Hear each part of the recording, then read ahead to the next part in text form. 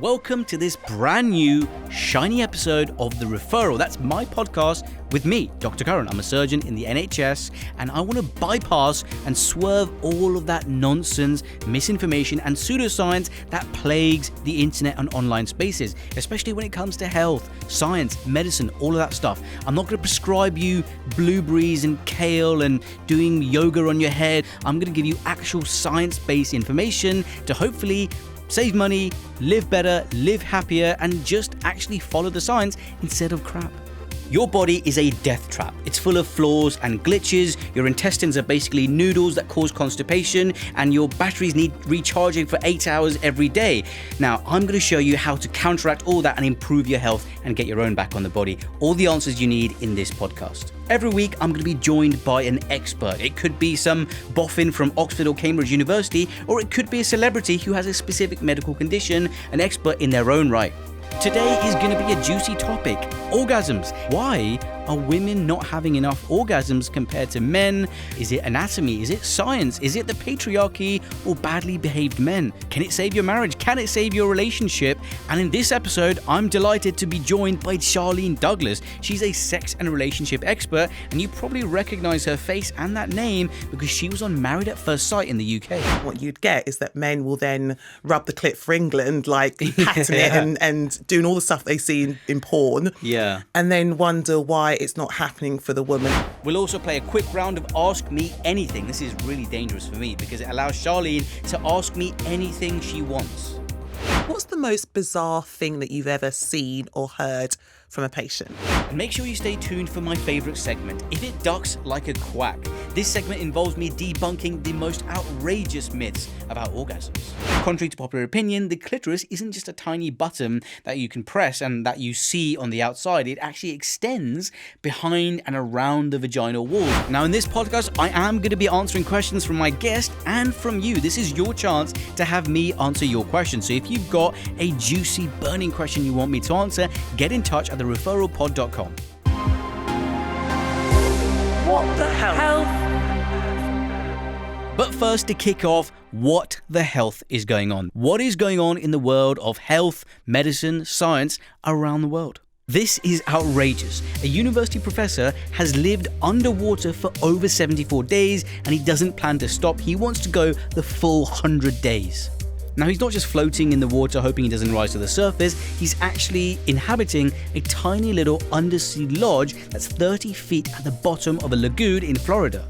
The difference is, this is no ordinary lodge. It has no technology that depressurizes it, so he's feeling the full pressure of being 30 feet underwater.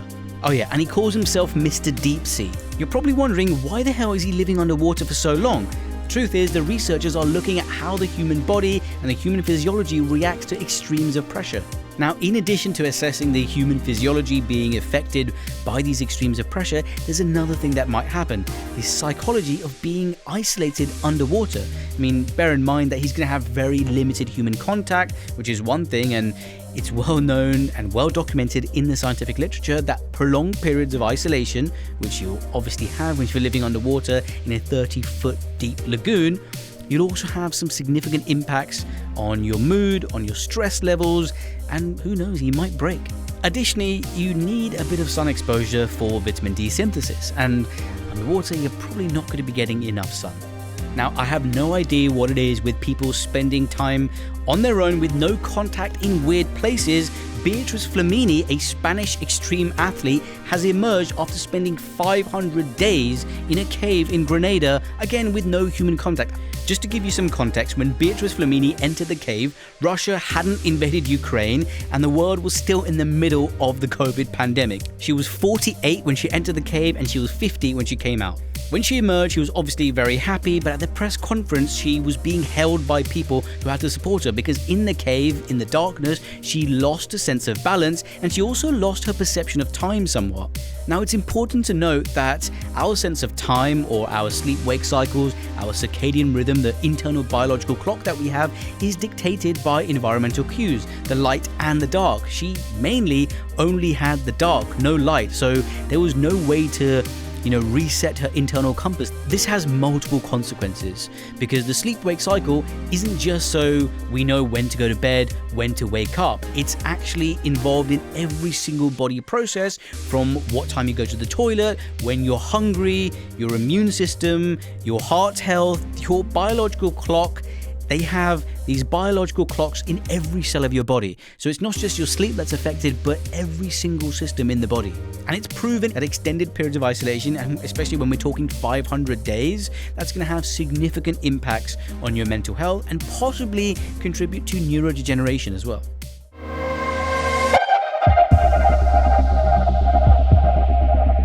Why is there an orgasm gap between men and women? Doesn't matter if you're heterosexual, homosexual, polysexual, bisexual, there is a clear gap between men and women. Why is that? Is it science? Is it philosophy? Is it society? Or is it badly behaved men? So let's welcome today's guest. I'm joined by sex and relationship expert Charlene Douglas, also known as the intimacy coach. You might have seen Charlene on Married at First Sight, where she's been smashing it with her intimacy advice to relationships and couples.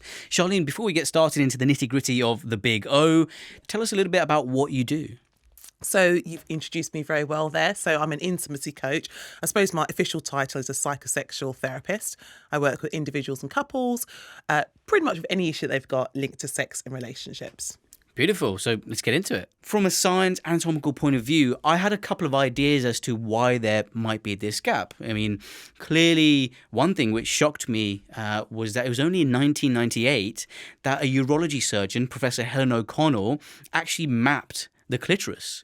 Before then, it wasn't really acknowledged as a larger-than-life piece. People thought it was a tiny little button that you could see, but it was Helen O'Connell, which they actually mapped it and studied it using MRI.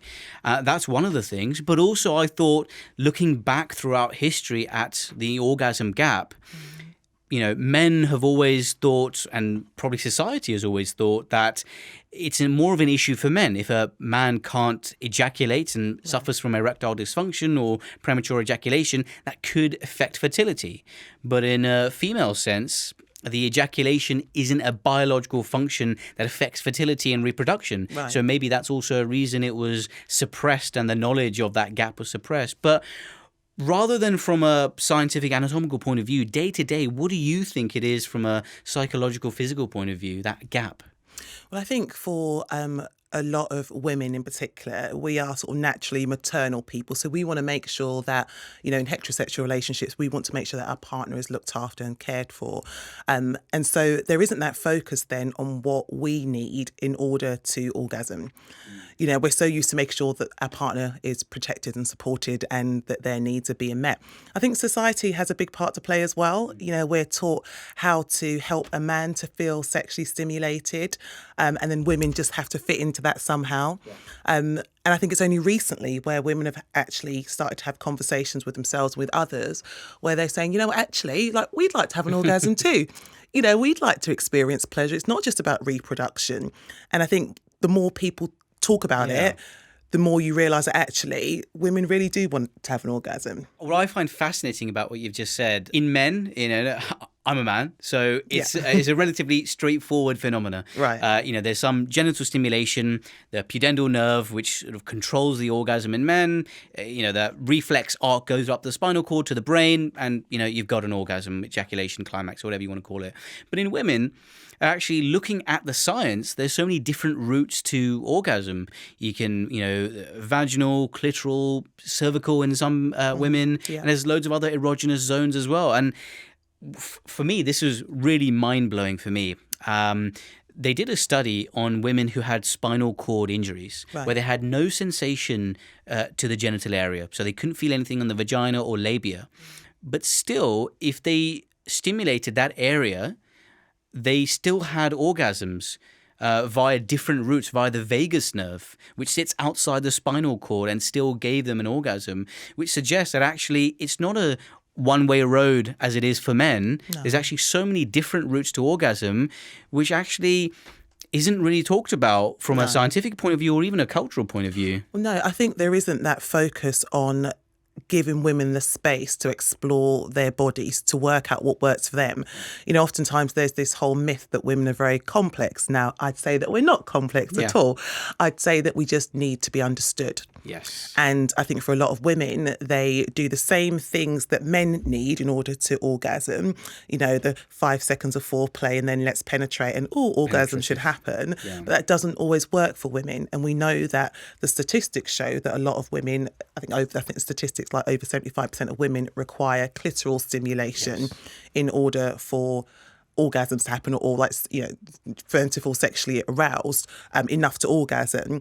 But in saying that, you know, I've said that to quite a lot of people, and then what you'd get is that men will then rub the clit for England, like patting it and doing all the stuff they see in porn, and then wonder why it's not happening for the woman. So there's still more exploration that's required for, you know, when you're in a relationship when a guy's in a relationship with a woman, where you need to think about, like, what does she need? You know, it's not just touching the clitoris, rubbing it, throwing lubricant on it. It's like, but what else does she need? What else does her body need? And like you rightly said, there are other parts of the body that may be erogenous for people. Nipples. Yeah, nipples, ears, you know, sort of earlobes. Thighs. A lot of women spoke about like the lower back as well. It's quite sensual, but also like the way they're touched as well. Yes. You know, the pressure, you know, if it's, you know, are you doing it in a very slow, gentle way?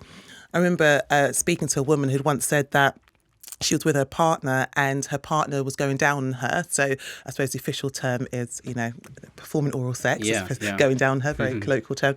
And she said that midway through, he turned around to watch football because someone had just scored. Now, she then wondered why it was that she was struggling with like staying in her body and really like getting into the vibe and all having an orgasm. And it's like, well, already you're worrying about a partner who looks like they're getting bored. Right, yeah. You know, so how are you expecting your body to orgasm in that space? Seeing these couples often, you know, who are having marriage difficulties, relationship difficulties, a lot of that might boil down to issues in the bedroom. Yeah. What tips would you give someone who's struggling in the bedroom? How can an orgasm save a relationship or save a marriage? What practical tips would you give? Well, first of all, I'd say that to take the focus off having an orgasm, because I think oftentimes what happens with couples is there's such a focus on we need to have an orgasm that they miss out on the journey. They miss out on the fun of exploring each other's bodies, of being playful. And so for me, I'd say that when you take the focus off, I need to have an orgasm, and instead focus on sensation, slowing things down, connecting with one another, thinking about what you need to feel sexually stimulated, that's when oftentimes you'll then notice that your body will feel more relaxed and then you'll orgasm. Women often come to me and say, I really struggle to have an orgasm when I'm with my partner. But then they will play with sex toys like a clitoral stimulator, a vibrator, and then they can orgasm within minutes. So that would then suggest it's not something maybe medically that's taken place there that's not working. It's something psychological that's happening there, where when you're by yourself, you feel really safe. You're not going to be judged. You're not going to be criticised. You can take your time. Your body is not on a timer of... There's no pressure. There's no pressure at all. You've not got your partner watching you and saying, have you come yet? Have you come? Yeah. What about now? Have you come? Yeah. Almost like a trophy that they need to claim. Yeah, like it's for them. It's like, you know, as opposed to just allowing the body to naturally just do what it's supposed to do.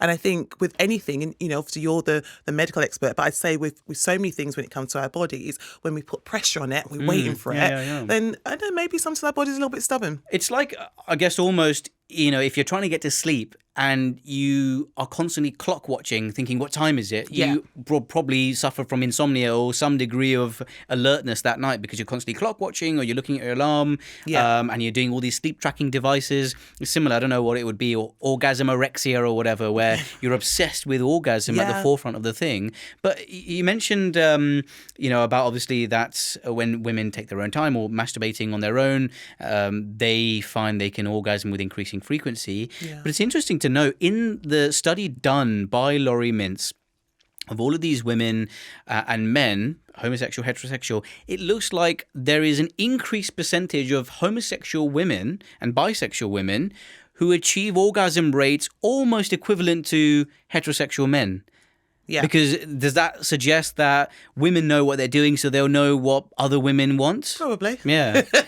It's probably that. But I think there is something about there not being any expectations when it comes to lesbian sex, for example, right? So Yeah. with heterosexual sex, we're taught that, based on the movies or porn, that your guy comes home from work and then you should want sex straight away. You should rip off each other's clothes. You should want sex so quickly and spontaneously. And then you need to groan, like Harry Met Sally type groaning, right? Yeah.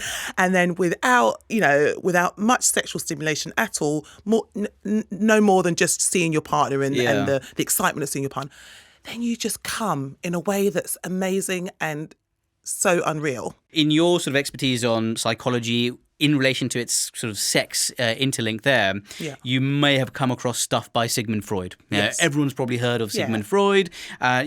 People sometimes see him as this expert in developmental psychology. But what I read about him, that he had this notion that when a woman has a clitoral orgasm that's kind of derived from the clitoris and that's the main source of stimulation, that woman would be seen as immature. Yeah.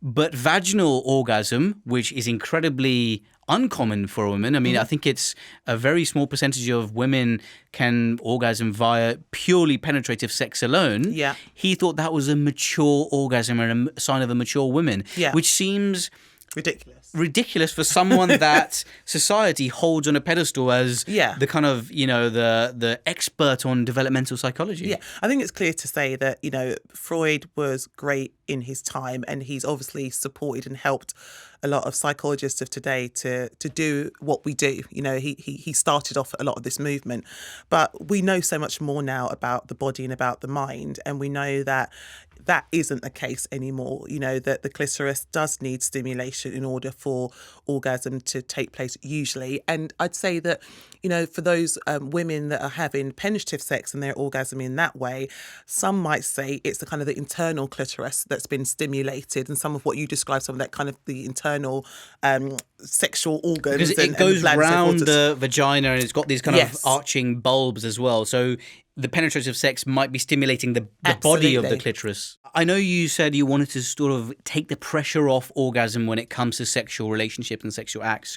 But if, there was a heterosexual couple or any couple and the woman was failing on a regular basis to achieve orgasm or even never achieved orgasm, what sort of practical life tips in terms of sleep habits or things that they would do during, before, after would you actually advise so they actually orgasm more and enjoy sex? So the first thing I'd say is to understand what your body needs separate from the sexual space with your partner. It's really difficult to work out what turns you on sexually with your partner staring at you. There's a lot of pressure there. So away from that, you need to have a think about what turns you on. And I'm not just talking about sexual stimuli. I'm talking about things like your partner, like what your partner says or does.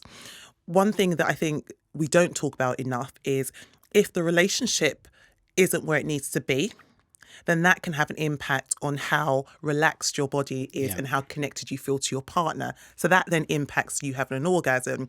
So, for example, if your partner is disrespectful to you or critical of something you've done, it may not even be related to sex. It might have been something that happened early on in the day, linked to something completely different. But if you've internalized that as something that makes you feel less than, would you then want to connect with that person?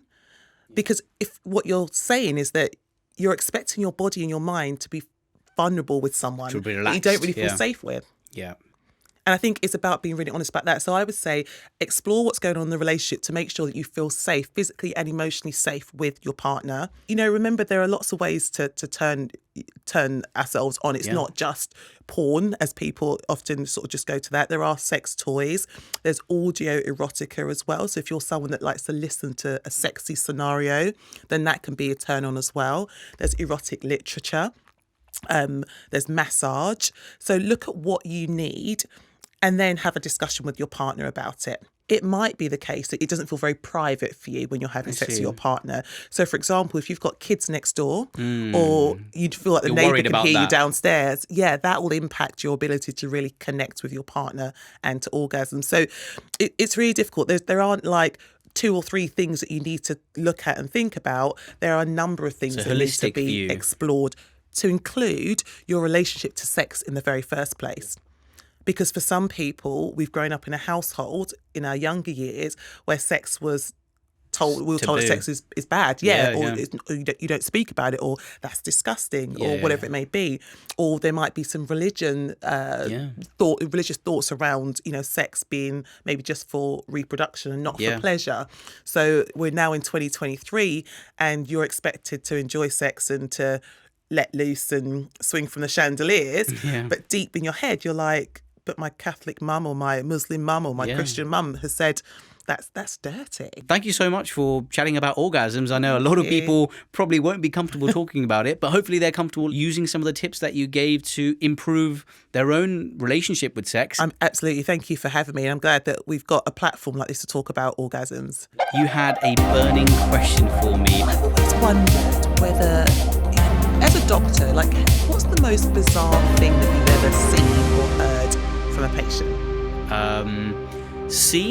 I could probably write you an entire book of some of the stuff I've seen. I think it's wrong to say highlights because it's not like a tour. I'm seeing all these things, but probably one of the scariest things I've seen when I first started out in surgery was a patient who had their intestines hanging out of them. Oh, wow. They just had an operation, a big abdominal surgery, so they had a big cut in their tummy. Their tummy began to swell after the operation, and it just burst the stitches, and their intestines were sticking out, which was a very visceral sight. And I was genuinely scared. I was very junior at the time. I didn't really know how to handle that. But in terms of weird things or bizarre things that patients have said, there was a very confused, delirious patient on one of the elderly care wards in my first year as a doctor. And obviously in elderly care, on geriatric wards, you have very sick patients who, some of them may be at the sort of end of their life, passing away with severe urine infections, heart problems, lung problems, all sorts. There was a patient in one of the side rooms that was palliated, so they were kept comfortable. They had a really horrible chest infection which didn't respond to antibiotics, and the patient and family wanted to, just stop any antibiotic care and all care, so they were just kept comfortable in the side room. One of these confused patients on the main bay, I was seeing them, and they started getting increasingly agitated and started shouting and named that patient in the side room, so-and-so is dying, so-and-so is going to die now. Oh, wow. And immediately after that happened, there was some noise that was heard in that side room, and me and my colleague who were there, we went there straight away, and the patient was really struggling in the sort of last few moments and passed away. Oh my gosh. So for me, obviously, healthcare professionals sometimes can be a superstitious bunch when it comes to, don't work on full moons, or don't say the Q word, don't say it's quiet, all these sort of things. But this was really bizarre. I mean, surely my science brain is thinking that's a coincidence. But also on one hand, I'm thinking, wow, that's a bit creepy. Yeah. Thank you so much. Thank you for having me. If it ducks like a quack. What is this? Well, basically, if you've seen a myth online, chances are I've probably heard it, and some of them are terrible.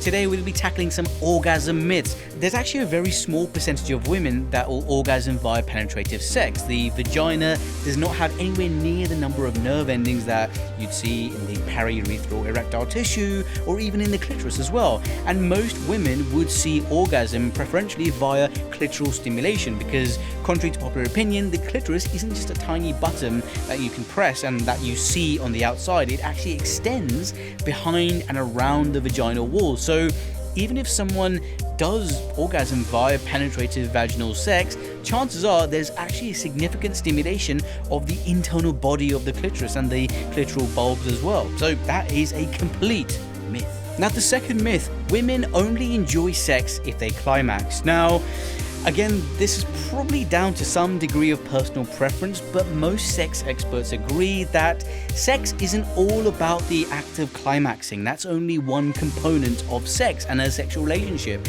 Sex actually starts outside the bedroom with all sorts of sensory stimulation that needs to occur as well. That's all part of the greater arousal around sex. And our third myth, masturbation ruins sex with your partner. Again, this is down to personal preference. There is no evidential basis for saying that this is true for every single person. Some people may enjoy this as part of their sexual adventures. Some people may not. So again, it's down to personal preference, and science has no say in this. Our fourth myth, women can have multiple orgasms during sex, but men can't. Is that a myth? Well, it's sort of true. There is some research out there, and don't ask me why these scientists did research of looking at brain scans in men and women during orgasm. It's just for science, okay?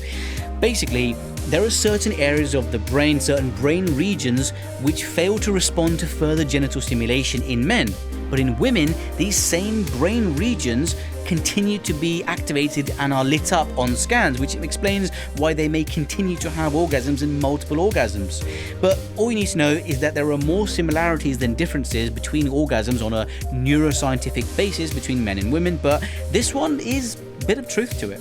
And our final myth, orgasms are these life-changing, earth-shattering events that you see on TV. Well, again, it depends. Science can't give you an answer for everything, and I wish it did, but it's not always as Hollywood wants you to think it is. For some people, depending on how sensitive they are, it may be an incredible explosive event. For some others, it may not have the same feeling. Next up, we have crowd science. It's now your turn to ask me all sorts of questions. Don't make me regret it. Today, Dan has written in to ask, how do I know if I have sleep apnea? That's a good question.